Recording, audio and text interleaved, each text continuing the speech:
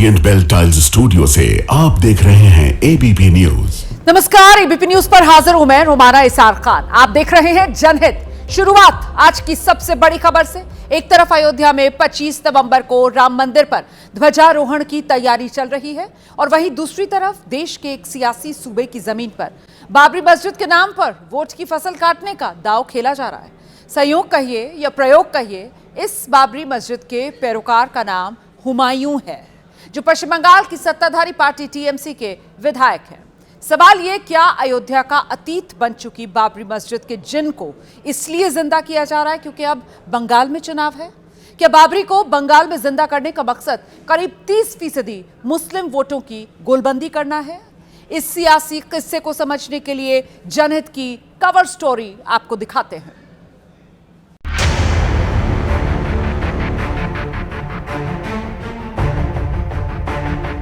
कोलकाता से 216 किलोमीटर दूर मुर्शिदाबाद, जो कभी बंगाल की राजधानी थी, जहां करीब 70% आबादी मुसलमानों की है, वो शहर सुर्खियों में है।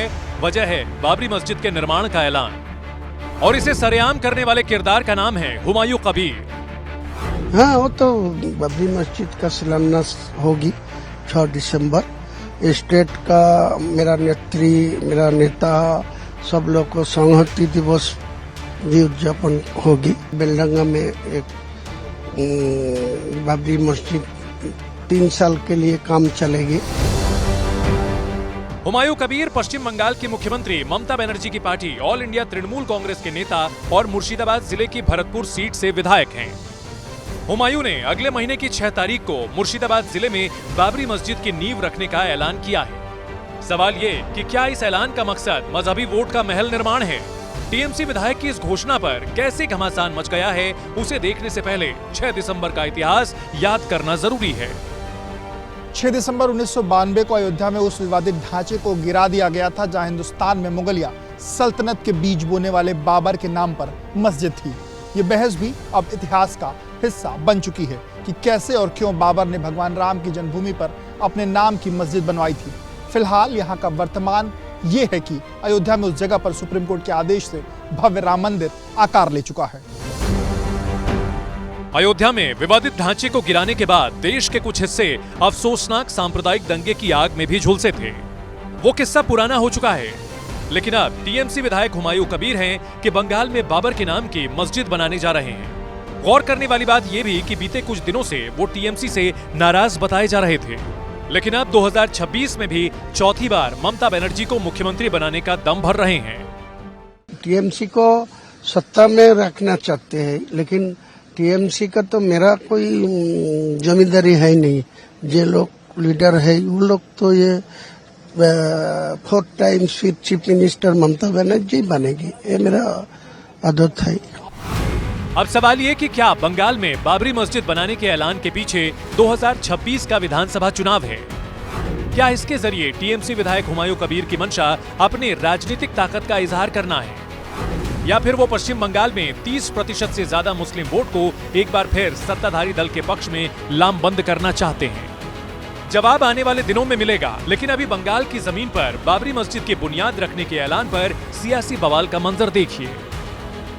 वो बाबर जो विदेशी आक्रमणकारी था, जिसने रामलला के जन्मस्थान पर बने हुए भव्य मंदिर को तोड़ करके वहां पर एक ढांचा खड़ा किया था, अब उस बाबर के नाम पर भारत की धरती पर एक भी ईंट नहीं रखने दी जाएगी। हमारा संविधान सबको अपने मंदिर मस्जिद या पूजा घर बनाने की इजाजत देता है। अगर कोई विवाद है तो उस पर बात कीजिए ना। भारतीय जनता पार्टी के लोग बेशर्मी से सांप्रदायिकता की खेती को लहलहा करके वोटों की फसल काटने की कोशिश करते हैं। बंगाल में बाबरी मस्जिद की योजना टीएमसी नेता की है, लेकिन कांग्रेस के निशाने पर बीजेपी है। हालांकि पश्चिम बंगाल कांग्रेस के पूर्व अध्यक्ष और मुर्शिदाबाद जिले की ही बहरामपुर सीट से पूर्व सांसद अधीर रंजन चौधरी ने सीधे ममता बनर्जी पर निशाना साधा है। वह अभी बाबरी मस्जिद बनाने की ऐलान कर चुके हैं। मंदिर मस्जिद बनाने के बहाने चुनाव और चुनाव में विभाजन की राजनीति, ध्रुवीकरण की राजनीति नहीं होना, ये हमें सबको देखना पड़ेगा। यहाँ पर धर्म के नाम पे भेदाभेद वो भाजपा कर रहे हैं। हम लोग डेवलपमेंट का पॉलिटिक्स करते हैं। हमारा यहाँ पर जो अभी है, सब लोग हिंदू, मुसलमान, क्रिश्चियन, सब धर्म यहाँ पर हम लोग रेस्पेक्ट करते हैं। जुबानी तलवारें राजनीतिक दलों के बीच ही नहीं बल्कि धार्मिक संगठनों के बीच भी खिंच गई है। ये लगता है कि कुछ और नई पटकथा लिख रहे हैं हिंदुओं पर अत्याचार की। माँ भारती के पुण्य धरा पर किसी भी प्रकार का बाबरी नाम का कोई स्ट्रक्चर हम नहीं बनने देंगे।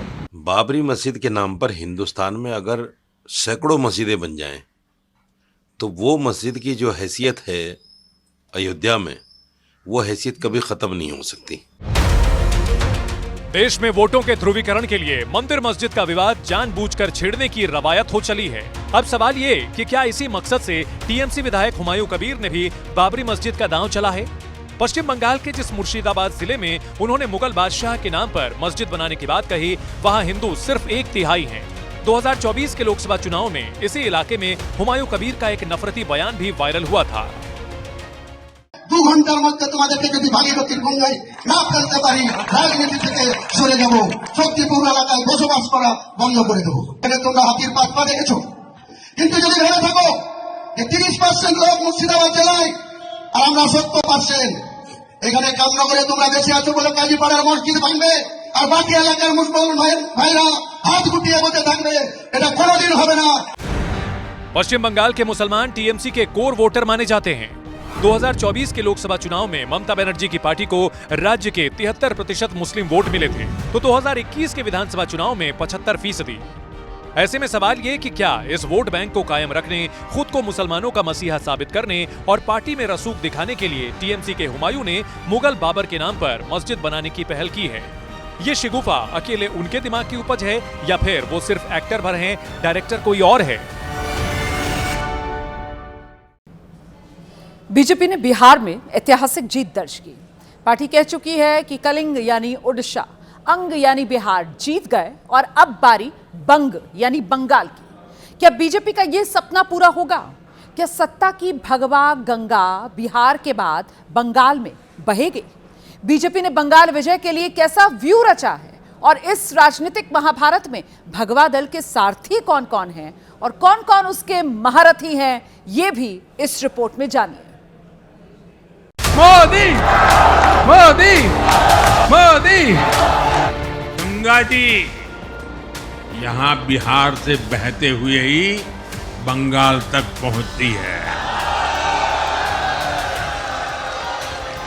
बिहार ने बंगाल में भाजपा की विजय का रास्ता भी बना दिया है। दिल्ली में बीजेपी मुख्यालय से बंगाल विजय का मंत्र देने के बाद प्रधानमंत्री नरेंद्र मोदी अब खुद इसे जमीन पर उतारने वाले हैं। सूत्रों के मुताबिक पार्टी की प्रदेश इकाई की गुजारिश पर वो 13 या 14 दिसंबर को पश्चिम बंगाल जा सकते हैं। पश्चिम बंगाल में बीजेपी आरामबाग या नवद्वीप में प्रधानमंत्री की रैली कराना चाहती है। पार्टी की राज्य इकाई ने दिसंबर महीने में 5 बड़ी परिवर्तन यात्राएं निकालने की भी योजना बनाई है।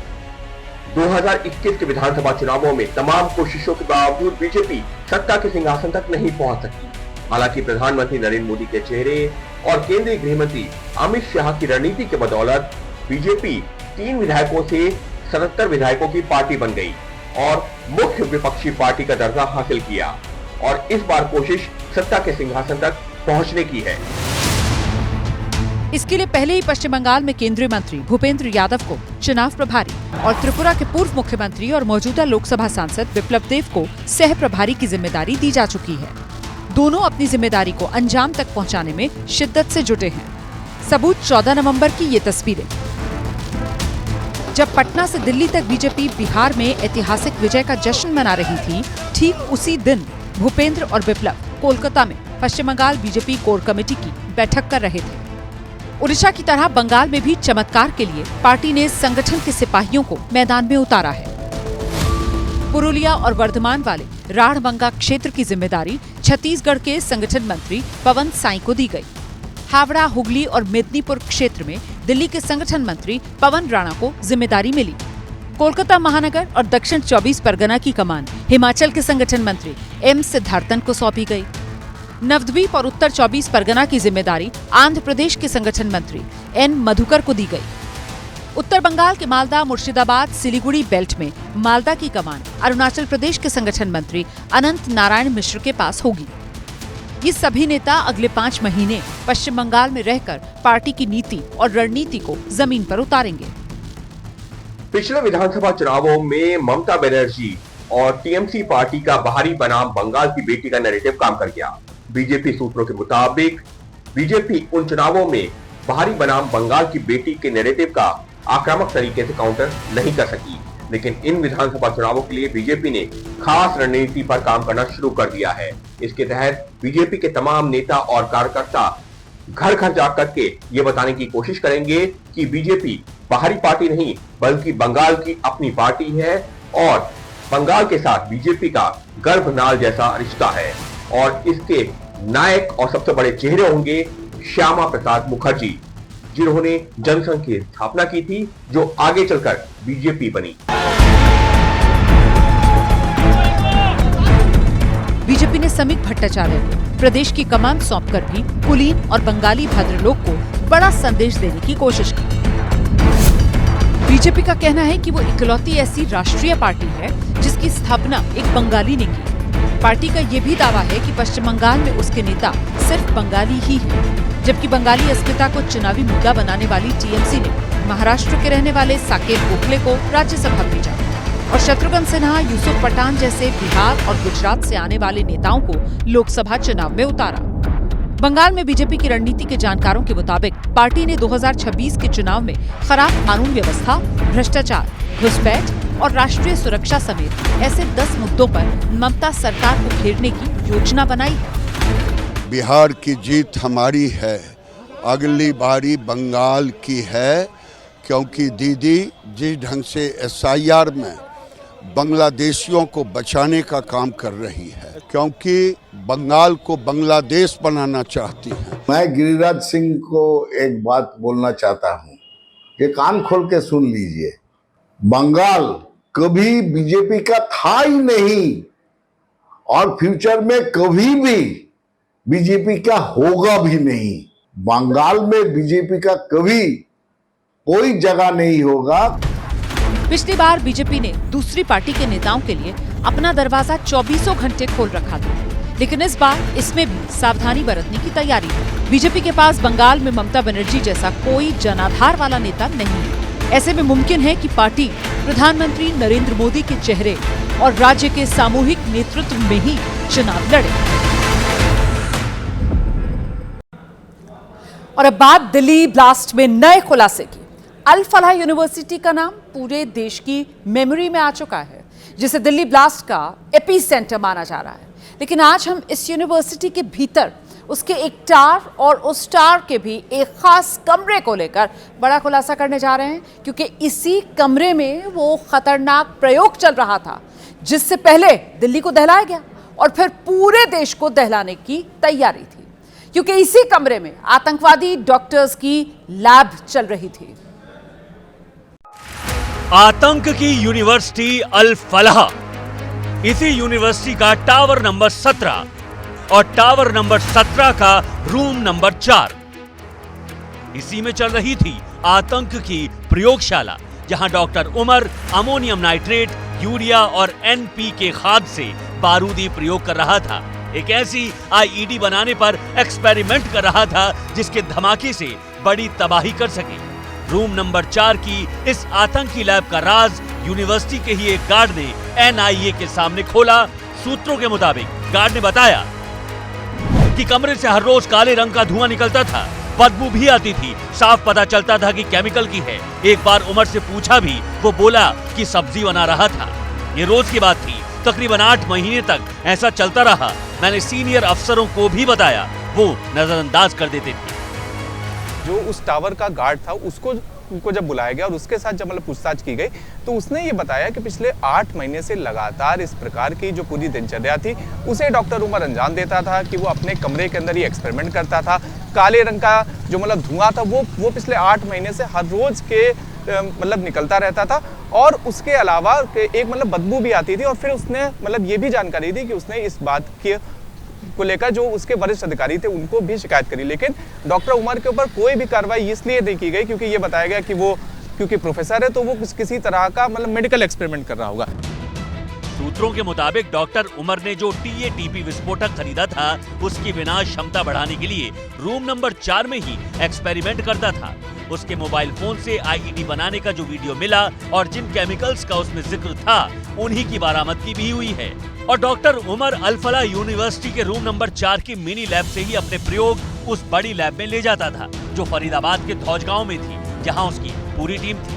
हैरान कर देने वाला साजो सामान है जो आतंकियों की बड़ी बारूदी लेबोरेटरी से मिला। आतंकियों ने इस लैब में 3000 किलो विस्फोटक इकट्ठा कर रखा था। यहाँ 50 बोरी अमोनियम नाइट्रेट बरामद हुआ जिससे बम बनाए जाने थे। आटा पीसने की एक चक्की मिली जिसमें अमोनियम नाइट्रेट पीसा जाना था। बम और आईईडी बनाने में इस्तेमाल होने वाले कई केमिकल और मेटल भी मिले। इलेक्ट्रिकल मशीन मिली जिनसे बम बनाने के लिए मेटल पिघलाए जाते थे। आतंकी फरीदाबाद के आसपास से हर बार अलग अलग जगहों से छोटे छोटे। और अब इस वक्त एक बड़ी खबर जानिए आप। दिल्ली के लाल किला ब्लास्ट केस में जम्मू कश्मीर में एक एसी टेक्नीशियन को गिरफ्तार किया गया है, जबकि एक दूसरे सीनियर रेजिडेंट डॉक्टर से पूछताछ की जा रही है, उसे हिरासत में लिया गया है। श्रीनगर के बटमालू के रहने वाले 26 साल के तुफैल नियाज को गिरफ्तार कर लिया गया है। जांच के दौरान ये सामने आया लाल किले के ब्लास्ट का suicide bomber doctor Umar GMC Srinagar में एमबीबीएस की पढ़ाई करते वक्त बटमालू में उसी जगह किराएदार के तौर पर रह रहा था जहां नियाज रहता है। बट पर शक है कि वो AK-47 राइफल का संभावित सप्लायर है जो अनंतनाग के गवर्नमेंट मेडिकल कॉलेज में डॉक्टर आदिल अहमद के लॉकर से मिली थी। हम सीधे आपको लेकर चलेंगे, हमारे साथ हमारे सहयोगी आसिफ कुरैशी इस वक्त मौजूद हैं और जरा आसिफ से ही जानते हैं। तो आसिफ, ये जो एक और गिरफ्तारी हुई है लाल किला ब्लास्ट केस में, एनआईए ने ये गिरफ्तारी की? आसिफ जी नहीं रोमाना, ये गिरफ्तारी एसआईए यानी स्टेट एजेंसी ने की है जो कि जैश मॉड्यूल की जांच यहाँ पे कर रही है। क्योंकि जैश मॉड्यूल के तार दिल्ली में हुए धमाके से सीधे तौर पर जुड़े हुए हैं, इसीलिए इस पूरे मामले को अब दिल्ली धमाके के साथ ही जोड़कर देखा जा रहा है। जो सुरक्षा एजेंसियां हैं, एसआईए ने कुछ दिन पहले इस एसी मैकेनिक को, जिसका नाम नियाज बताया गया है, उसको पूछताछ के लिए हिरासत में लिया था और पूछताछ में उससे मिली जानकारी के आधार पर जो साक्ष्य मिले हैं उससे ये अंदाजा लगाया गया है कि वो सीधे तौर पर इस पूरे ग्रुप के साथ जुड़ा हुआ है और ना सिर्फ वो उमर के साथ और आदिल के साथ था बल्कि वो हथियार भी सप्लाई कर रहा था। तो वो अवैध हथियारों की सप्लाई की कड़ी के तौर पर ये शख्स जो सामने आया है, जिसको गिरफ्तार किया गया है। बड़ी जानकारी दे रहे थे हमारे सहयोगी आसिफ कुरैशी। हम आगे बढ़ेंगे। आतंकवाद एक राष्ट्रीय समस्या है, लेकिन इसी में एक और समस्या है और वो है आतंकवाद को मजहबी चश्मे के बगैर न देख पाना। क्योंकि अल-फलाह यूनिवर्सिटी एक मुसलमान की है, उसका कर्ता धर्ता मुसलमान है और ऐसे में जमीयत की मौलाना अरशद मदनी ने आज मुस्लिम विक्टिम कार्ड खेल दिया है। लेकिन दिल्ली ब्लास्ट में पकड़े गए सारे आतंकवादी डॉक्टर मुस्लिम ही क्यों हैं, इस पर मदनी साहब की जुबान से एक शब्द नहीं निकला। आज देख लीजिए अल-फलाह का क्या हो रहा है, जेल में पड़ा हुआ है और कितने साल जेल के अंदर गुजरते हैं नहीं जानता कोई आदमी। जिस अल-फलाह यूनिवर्सिटी पर दिल्ली धमाकों के दाग लगे, उसके समर्थन में मौलाना अरशद मदनी खड़े हो गए। अरशद मदनी मुसलमानों के सबसे बड़े संगठन जमीयत उलमाए हिंद के राष्ट्रीय अध्यक्ष हैं। जिम्मेदारी वाले पद पर बैठे अरशद मदनी अल-फलाह यूनिवर्सिटी पर हुई कार्रवाई को सीधे सभी मुसलमानों से जोड़ रहे हैं। आज दुनिया ये समझती है कि मुसलमान अपाहज हो गया, खत्म हो गया, बांझ हो गया। क्या बात है कि आज दुनिया का मुसलमान एक आदमी न्यूयॉर्क का मेयर बन सकता है, ममदानी लंदन के अंदर मेयर बन सकता है, एक खान हिंदुस्तान के अंदर किसी मुस्लिम यूनिवर्सिटी का कोई आदमी वाइस चांसलर नहीं बन सकता। और अगर बनेगा तो आजम खां की तरह जेल के अंदर जाएगा, इकबाल की तरह औलाद जेल में डाल दी जाएगी। आज देख लीजिए अल-फलाह का क्या हो रहा है। अरशद मदनी ने ये बातें दिल्ली में आयोजित सेमिनार में कही। खास बात यह है कि अरशद मदनी ने दिल्ली धमाकों के आरोपी डॉक्टरों पर कोई बयान नहीं दिया, लेकिन यूनिवर्सिटी के मालिक जावेद अहमद सिद्दीकी की गिरफ्तारी को धार्मिक रंग जरूर दिया। आज देख लीजिए अल-फलाह का क्या हो रहा है, जेल में पड़ा हुआ है और कितने साल जेल के अंदर गुजरते हैं नहीं जानता कोई आदमी। मुल्क की आजादी के बाद इस पर लगी हुई है कि मुसलमान को सर नहीं उठाने देना है। वैसे जिस जावेद अहमद की गिरफ्तारी के खिलाफ मदनी ने मोर्चा खोला, उन पर कई गंभीर आरोप हैं, जिसमें गैर कानूनी तरीके से करोड़ों की फंडिंग और नैक एक्रेडिशन खत्म होने के बावजूद फर्जी तरीके से ग्रेडिंग हासिल करने का आरोप है। ईडी के साथ साथ अन्य जांच एजेंसियां अल फलाह की फंडिंग और मनी ट्रेल के तार जोड़कर जांच में जुटी हैं। लेकिन मदनी ने मजहबी रंग देकर इसे सियासी दिशा दे दी है। वो अपने संदर्भ में जो बात कह रहे हैं वो बिल्कुल ठीक कह रहे हैं। जाहिर सी बात है कि सरकार किस तरह से, आप इतिहास उठा के देख लीजिए, विपक्ष के नेताओं को, और सिर्फ मुस्लिम नेताओं को ही नहीं, विपक्ष की हर वो आवाज जो लगातार बोल रही हो, दलित समाज से हो, वो पिछड़े समाज से हो, वो मुस्लिम समाज से हो, उनको कुचलने का काम कर रही है। ये मौलाना अरशद मदनी का बहुत गैर जिम्मेदाराना बयान है। आज जामिया मिल्लिया इस्लामिया के वाइस चांसलर मुसलमान हैं, किस तरह की भाषा बोल रहे हैं। मुसलमानों के मन में इस तरह के बयान से डर पैदा करने की कोशिश की जा रही है। राष्ट्रीय सुरक्षा से जुड़े मुद्दे को धर्म कांटे पर तोड़कर अरशद मदनी ने नए विवाद को हवा दे दी है। और अब बात देश के उस जांबाज की जो कल सबको रुला गया। दुबई एयर शो के आखिरी दिन शुक्रवार को भारत का स्वदेशी तेजस लड़ाकू विमान हादसे का शिकार हुआ। इसी में विंग कमांडर निमांश सयाल शहीद हो गए। 34 साल के विंग कमांडर निमांश हिमाचल प्रदेश के रहने वाले थे। निमांश सयाल की गिनती वायुसेना के बेहद होनहार पायलट्स में की जाती थी।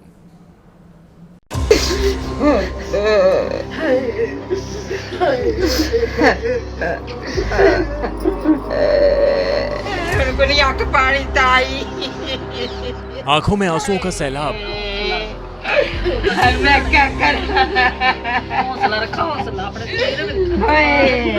जुबा पर भगवान से सवाल। हाय मेरा नमो, हाय मेरा बच्चा, हे भगवान ते क्या कर जड़िया। दर्द और वेदना की ये तस्वीर हिमाचल प्रदेश के कांगड़ा की है। हाय माँ, हाय मेरा नमो जो क्या कर जड़िया। जिस घर में मातम पसरा हुआ है, उसी आंगन में कभी विंग कमांडर निमांश सयाल की किलकारियां गूंजती थी। हाय माँ, मेरा नमो।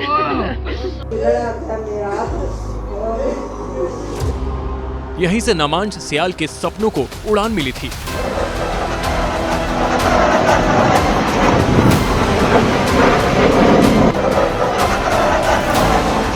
लेकिन कल दुबई की एक उड़ान ने सब कुछ तबाह कर दिया।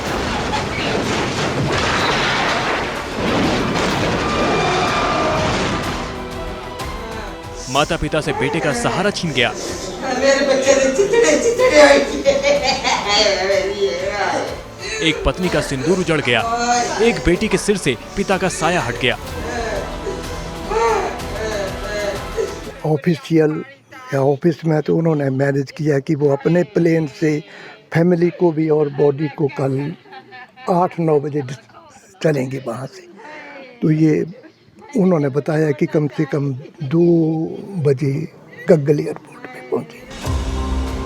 हादसे से ठीक पहले निमांश सयाल का वीडियो भी सामने आया है, जिसमें वो एयर शो से ठीक पहले भारतीय प्रतिनिधि मंडल के साथ नजर आ रहे थे, जिसमें निमांश सयाल वायुसेना के अन्य अधिकारियों के साथ विदेश राज्य मंत्री संजय सेठ फोटो खिंचवा रहे हैं।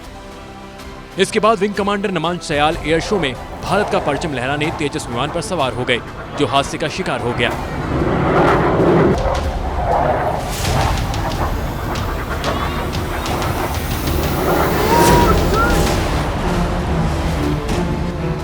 तेजस विमान के हादसे की एक और तस्वीर सामने आई है, जो एयर शो देख रहे लोगों के फोन से ली गई है। निमांश सयाल का तेजस विमान अचानक अनियंत्रित होकर जमीन पर गिरता है और जोरदार धमाके के साथ चारों तरफ आग फैल जाती है। धुएं का गुबार चारों तरफ फैल जाता है। शहीद निमांश सयाल की पत्नी भी भारतीय वायुसेना की अधिकारी हैं, जो फिलहाल हैदराबाद में निमांश के माता पिता के साथ मौजूद हैं। निमांश का पार्थिव शव कल कांगड़ा पहुंच जाएगा, जहां पूरा परिवार शामिल होगा। और अब बात करेंगे बिहार के गृह मंत्री की। ये खबर उतनी ही बड़ी है जितनी कि नीतीश के 10वीं बार मुख्यमंत्री बनने की, क्योंकि बिहार में पहली बार ऐसा हो रहा है, बीजेपी के हाथ में गृह मंत्रालय गया है। सम्राट चौधरी को गृह मंत्री बनाकर बीजेपी ने बड़ा सियासी संदेश दिया है। अब तो चर्चा होने लगी है कि अब बिहार में भी यूपी मॉडल लागू होने वाला है। सम्राट चौधरी के गृह मंत्री बनते ही कल रात बेगूसराय में पहला इनकाउंटर भी हो गया। सम्राट पहले से ही हिमायती रहे हैं कि माफिया अपराधियों का इलाज सिर्फ सख्त एक्शन है। माननीय मंत्री मनोनीत श्री सम्राट चौधरी जी, मैं सम्राट चौधरी ईश्वर की शपथ लेता हूं कि मैं विधि द्वारा स्थापित भारत के संविधान के प्रति सच्ची श्रद्धा और निष्ठा रखूंगा।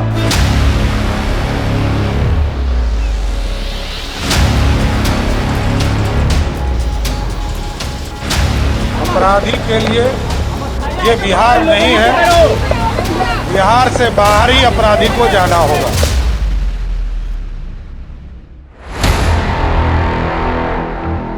सम्राट चौधरी, वैसे तो ये नाम बिहार और देश की राजनीति में पुराना है, लेकिन अब इस नाम के साथ नई कहानी का श्री गणेश हो चुका है।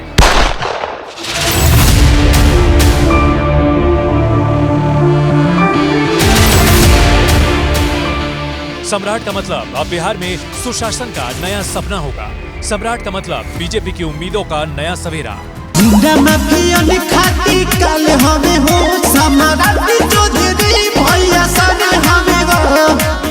नीतीश कुमार को भारतीय राजनीति में सुशासन बाबू के जिस विशेषण से नवाजा जाता है, अब उस सुशासन को आगे बढ़ाने का जिम्मा सम्राट चौधरी के कंधों पर आ गया है। 20 साल बाद नीतीश ने बिहार का गृह मंत्रालय अपने डिप्टी और बिहार बीजेपी के सबसे बड़े नेता बन चुके सम्राट चौधरी को सौंप दिया है। गृह मंत्रालय मिलने के बाद अपने पहले बयान में ही सम्राट ने पुराने अंदाज में अपराधियों को चेतावनी दे दी है। बिहार का सुशासन लगातार बिहार में एक अराजकता को समाप्त किया है। यह अपराधियों के लिए खैर नहीं है, अपराधी के लिए ये बिहार नहीं है, बिहार से बाहर ही अपराधी को जाना होगा। पटना के पॉलिटिकल कॉरिडोर में सम्राट चौधरी को यूपी के सीएम योगी आदित्यनाथ का अपडेट वर्जन माना जाता है। यानी योगी की बुलडोजर और एनकाउंटर वाली जो छवि है, सम्राट में उसका अक्स देखा जाता है। जो अपराधी रहेगा, कोई हो, किसी जाति धर्म का हो, कोई भी अपराधी है, उसको जेल के अंदर ठोकूंगा, उसको धरती पर कोई बचाने वाला नहीं है, कोई नहीं बचा सकता है। अपराधी जेल के अंदर होगा, नहीं तो उसको परलोक जाना होगा, कोई बाइका लाल बचा नहीं सकता। कुछ इसी तरह की बातें योगी सदन में कह चुके हैं। इस माफिया को मिट्टी में मिला देंगे।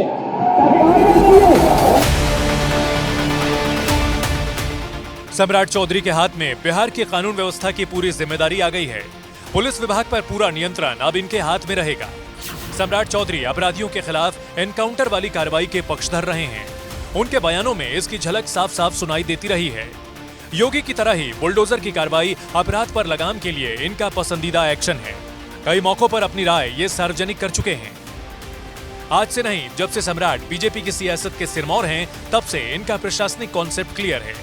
अब तक तो गृह मंत्रालय इनके पास नहीं था, तब सीधे सीधे बोला करते थे। अब जब पुलिस महकमे के मालिक बन गए हैं, तो इनके पुराने बयान अपराधियों को जरूर सुन लेना चाहिए। अपराधी यदि कट्टा दिखाएगा, उसकी हत्या भी करने का काम पुलिस करेगी।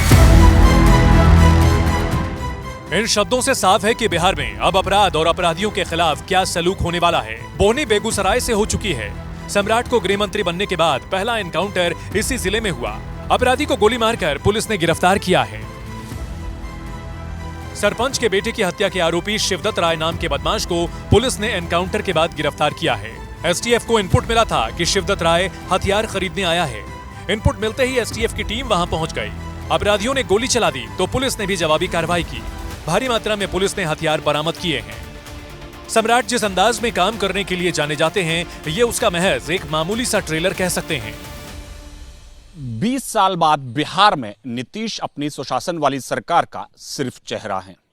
17 का कंट्रोल अब एक अणे मार्ग से हटकर 5 देशरत्न मार्ग पहुंच गया है। पहली बार गृह मंत्री बने सम्राट चौधरी के पास अब अपराध पर कंट्रोल लगाने, पुलिस सिस्टम को दुरुस्त करने और अपराधियों के मन में खौफ पैदा करने का जिम्मा है। जिस तरह यूपी में योगी अपराधी और माफिया के खिलाफ जीरो टॉलरेंस की नीति पर काम करते हैं, बिहार में उसी नीति पर सम्राट चौधरी भी अमल करके आगे बढ़ने के संकेत देते रहे हैं। अपराधी जो होगा वो बिहार में यदि भाजपा की सरकार बनेगी साथियों, बिहार में कोई अपराधी बाहर नहीं निकलेगा, इसकी गारंटी देता हूं। इस सरकार का यूएसपी रहा है कानून का राज स्थापित करना, अपराध पर जीरो टॉलरेंस की नीति अपनाना। महत्वपूर्ण जिम्मेवारी है, उस जिम्मेवारी के बाखूबी जो है से अच्छी प्रकार से सम्राट चौधरी निर्वहन भी करेंगे।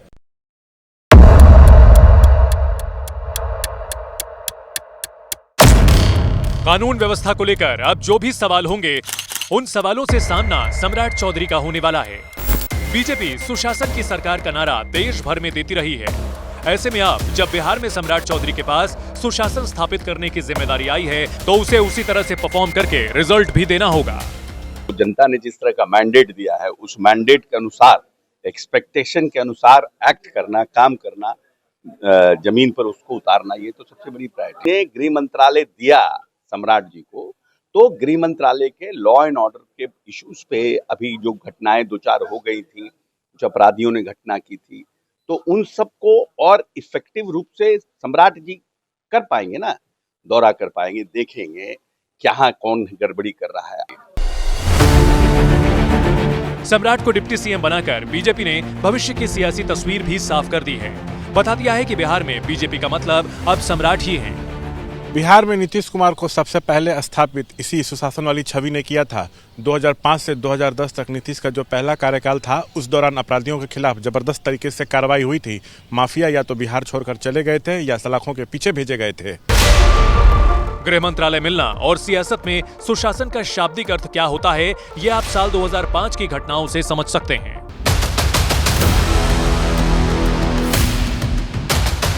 नब्बे के दशक में बिहार बाहुबलियों के चंगुल में था। अलग अलग इलाकों में अलग अलग तरह के अपराधी थे जो सूबे में समानांतर सरकार चलाया करते थे। राजनीति के खिताब में उस दौर को ही जंगल राज कहा जाता है। इस चुनाव में भी उस जंगल राज का जिन्न निकाला गया। उस दौर में शहाबुद्दीन आतंक और दहशत का दूसरा नाम था। शहाबुद्दीन को सलाखों के पीछे पहुंचाकर नीतीश सुशासन बाबू बने थे। जो लोग उस दौर को देख चुके हैं, जान चुके हैं, उन्हें पता है कि शहाबुद्दीन का आतंक कैसा था। लालू राबड़ी के कार्यकाल में उसकी इजाजत के बगैर सीवान में पत्ता भी नहीं हिलता था। उस दौर में शहाबुद्दीन सीवान में अपनी समांतर सरकार चलाया करता था। अपने गांव में वो अदालत लगाता, फैसले सुनाता, जमीनी मामलों का निपटारा भी करता। लेकिन नवंबर 2005 में जब बिहार में नीतीश कुमार के सत्ता में आने की आहट सुनाई दे रही थी, उस वक्त दिल्ली से शहाबुद्दीन को गिरफ्तार किया गया। बिहार पुलिस पकड़कर सिवान लाई। नीतीश कुमार। कुछ दिनों बाद जब नीतीश ने बिहार की सत्ता संभाली, तब उन्हें शहाबुद्दीन को सलाखों के पीछे डालने का श्रेय मिला। वरिष्ठ पत्रकार संतोष कुमार अपनी किताब कितना राज कितना काज में लिखते हैं, 2005 में सीएम की शपथ लेने के बाद नीतीश कुमार ने एडीजीपी अभयानंद को फोन करके बुलाया और पुलिस का प्रभाव स्थापित करने के लिए कहा।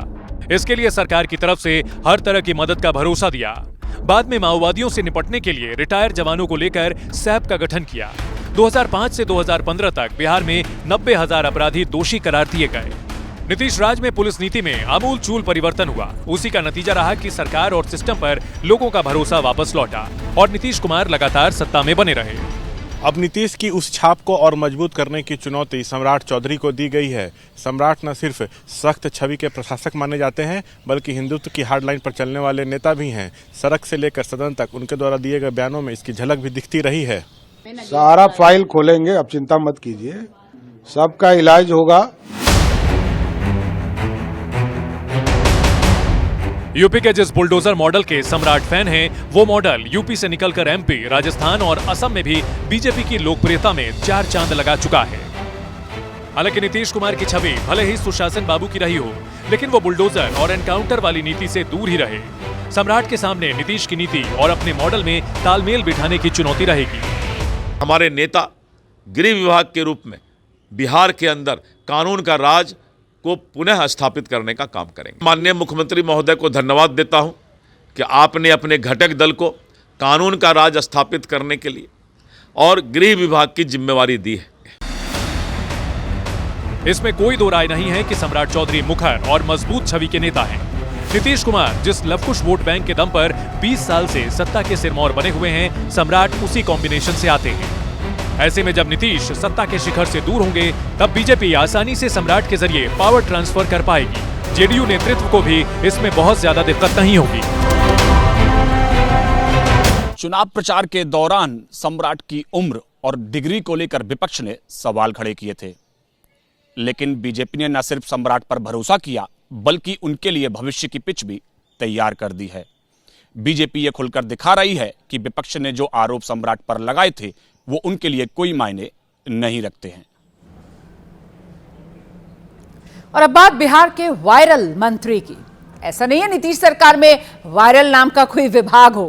दरअसल ये उपेंद्र कुशवाहा के बेटे दीपक प्रकाश से जुड़ी खबर है, जो शपथ के दिन शर्ट पैंट चप्पल की वजह से वायरल हो गए थे। आज पंचायती राज मंत्री का चार्ज लेते वक्त इसलिए वायरल हो गए क्योंकि एक पत्रकार की किसी बात पर वो थोड़ा झुंझला गए। और तो और आज उनकी प्रेम कहानी भी खूब वायरल हुई है।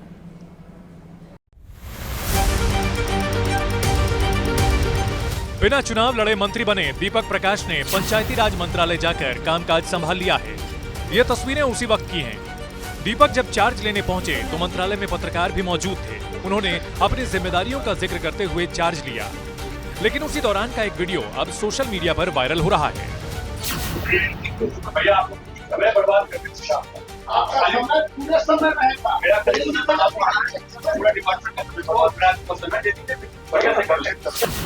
इस वीडियो में दीपक पत्रकार से कह रहे हैं कि भैया समय बर्बाद कर रहे हैं अपना। ये कहते हुए दीपक थोड़ा झुंझलाए हुए नजर आते हैं।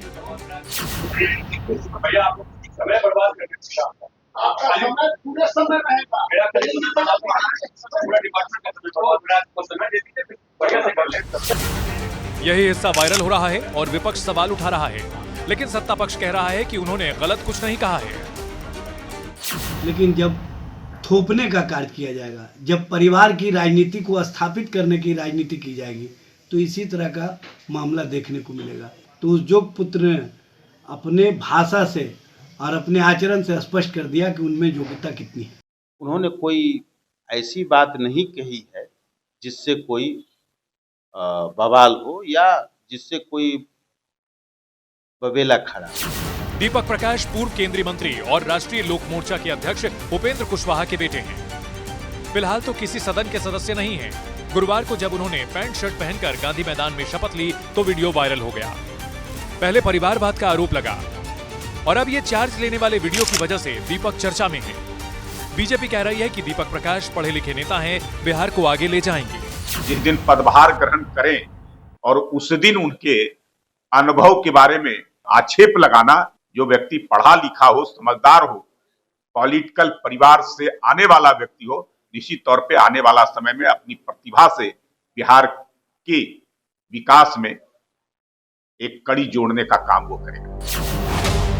असल में दीपक प्रकाश इस बार महुआ से विधानसभा चुनाव लड़ना चाहते थे, लेकिन एनडीए में वो सीट चिराग की पार्टी के खाते में चली गई। बीजेपी ने उपेंद्र कुशवाहा को एमएलसी की एक सीट देने का वादा कर रखा है। उसी सीट से दीपक विधान परिषद जाएंगे। दीपक के पिता उपेंद्र कुशवाहा राज्यसभा सांसद हैं। मां स्नेहलता कुशवाहा सासाराम से विधायक हैं। दीपक प्रकाश भविष्य में विधान परिषद के सदस्य होंगे, फिलहाल मंत्री हैं। इनकी पत्नी साक्षी राजनीति में सक्रिय हैं। किसी भी काम में तो पहले करना होता है तो लोगों का सपोर्ट मिलता है और सभी लोगों का सपोर्ट उनको मिलेगा और अच्छे से काम करेंगे। जब से दीपक ने शपथ ली है तब से इनके अचानक मंत्री बनने की तरह ही इनकी प्रेम कहानी भी खूब वायरल हो रही है। साक्षी ब्राह्मण जाति की हैं और शादी के बाद अपना नाम साक्षी मिश्रा कुशवाहा लिखती हैं। इसी नाम से उनका सोशल मीडिया प्रोफाइल भी है।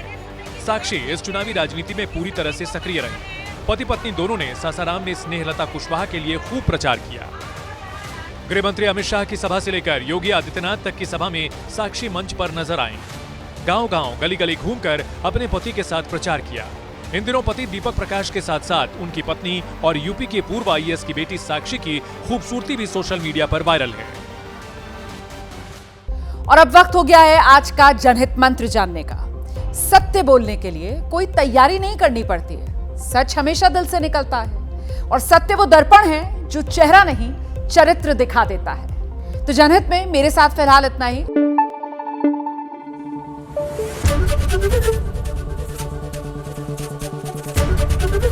एबीपी न्यूज आपको रखे आगे।